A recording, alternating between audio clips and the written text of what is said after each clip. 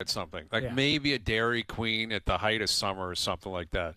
But it would be orange slices in a Kmart bag thrown on the field, being like, go ahead, that's what you get. So now it's every parent has a week. Someone's got to bring it, whatever. Well, the parent forgot last night. Oh, no. So what happens on the way home? In the team group chat, another parent puts him on blast for not bringing the snack and reminds everyone how important the snacks are. Oh. And the kids are really not handling it well. And then that parent's got to come back with I didn't realize and totally forgot. And then other people are getting in. And I'm watching this thinking, this is lunacy.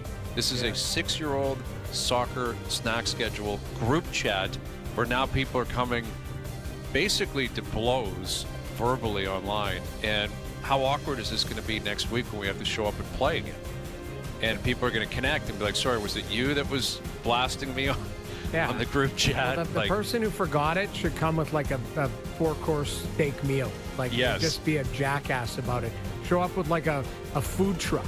That would be hysterical. Rent a food truck with the bell and the horns and clowns. Exactly. Like, why does the person that's complaining have to be such a jerk? Like, there's no harm. There's no foul. Nobody died. Nobody's starving. Right. It's like, wow, it's too bad you forgot. That's it, and you move on. It's I not would worthy absolutely. Of anything. I would lambaste the person that complained. Oh, my kid really needs that orange slice and granola bar. Just, you're off the team. Sorry. It might actually be means for a cut in house league soccer, because it was awkward, like, for everyone. You can tell everyone's reading it, but like, this is really weird that we're complaining about snack.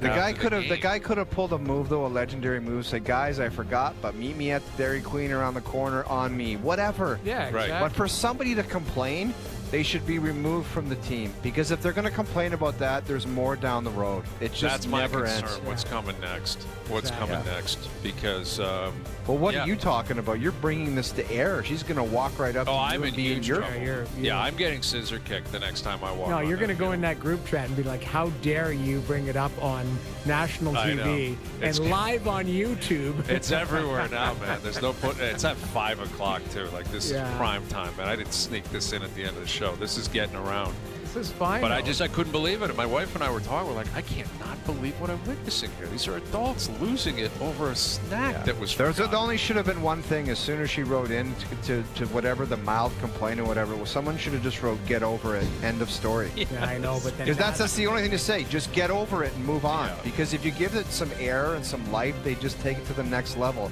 Yeah. It's just like, that's what you have to ask. Are you really that offended? Does your kid care that much? Just get over it. Neighborhood kids walking home, and there's snacks at home. I'm certain that there's snacks at home. It wasn't a soccer camp that ran 8 hours. Like, it was a 1-hour game. Local park. They're running around for half an hour doing cartwheels and going home. I think you got to stand up and say.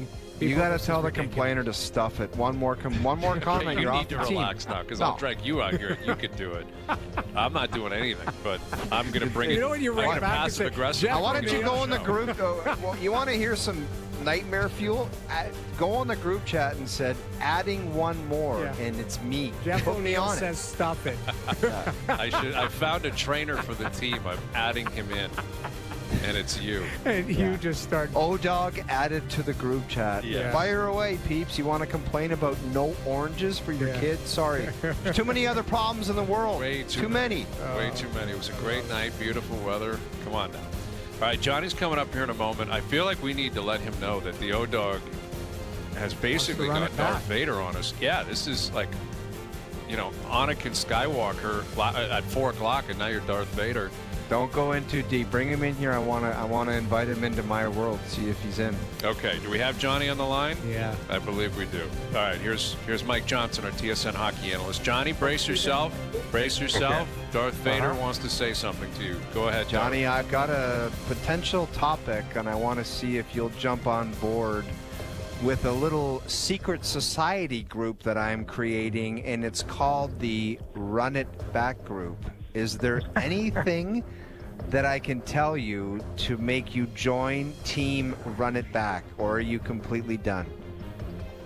Well, it's not much of a secret society if we're asking about it, but other than that, I could, yes, of course you could. It's not even a hard sell. It's depending on the contractual situations that you're going to offer up due to this membership of this very exclusive group. I just have to, I got to say, I was joking, and you make me sick that you're on board with this. I don't think you are joking. I don't think you are. I know Johnny's Okay. not. Oh, tell me this. Well, Johnny, let me first tell you where this originated from. I just get the sense in this market where it takes about this amount of time, which is approximately 10 days, for the Run It Back group to come alive. It's like a Michael Jackson Thriller video. They come out of the ground and they're like, it's okay, there's nothing. Like, it's crazy how they want to get rid of everybody, and then 10 days later it's like, let's just run it back. Temperature drops, move on to other things, sort of become disinterested, maybe have a little perspective. But, if you were to tell me, okay, let's say John Tavares, I'm going to come back for 2 years at $4 million. Okay, so he's no longer core 4, he's just your third-line center. And if Mitch Marner says, okay, I'll do 7 years and 10-5.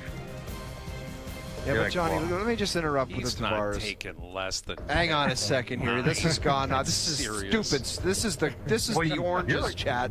You're the one who came up with the secret society. I thought we were getting deals. Well, I know, but like, when it comes to Tavares, like, people are attaching the dollar value to him, where it's just you have to do it at that number. But come playoff time, he's still got to go out in the ice and perform. Like that. What happens if he gets matched up against Lundell next year? He'll just get chewed up alive at 35 years old. Like, well, he won't have to, because Lundell's going to be a second-line center, because Sam Bennett's going to leave, and he's going to get whoever that third-line center is, and he can handle whoever, some random, minimum guy. But can he? We all think that. Well, he can with the money you're going to spend on the rest of the roster, because you're going to save $7 million a year on him. But what if the team you're playing against, that third-line center, is a bastard to play against? Well, okay. Well, like, the point is, how are you going to? What's the alternative? You let him walk. Totally understand. I'm just. You let him walk. So now you're going to fill your second and third line center job for approximately $12 million. How is that going to happen? Like, and so I'm not saying it's the perfect solution, but it might be the best one you have available. That's sort of feasible that you could maybe work out. That's the reality. What we want to happen, what we think should happen, might not equate to what can actually happen. And that is, like, you can go get Matt Duchene. No, he's not going to come here. But, Michael Granlund to be your second-line center, and Tavares. Like, these are the options you have. Brock Nelson, who's 34, and you're going to give him 6 or 7 years to be your second-line center. And I like Brock Nelson. Like, I don't know if that's a better alternative. Like, there's not a lot of other guys out there. So, I'm on team, no, change is necessary. But if you start a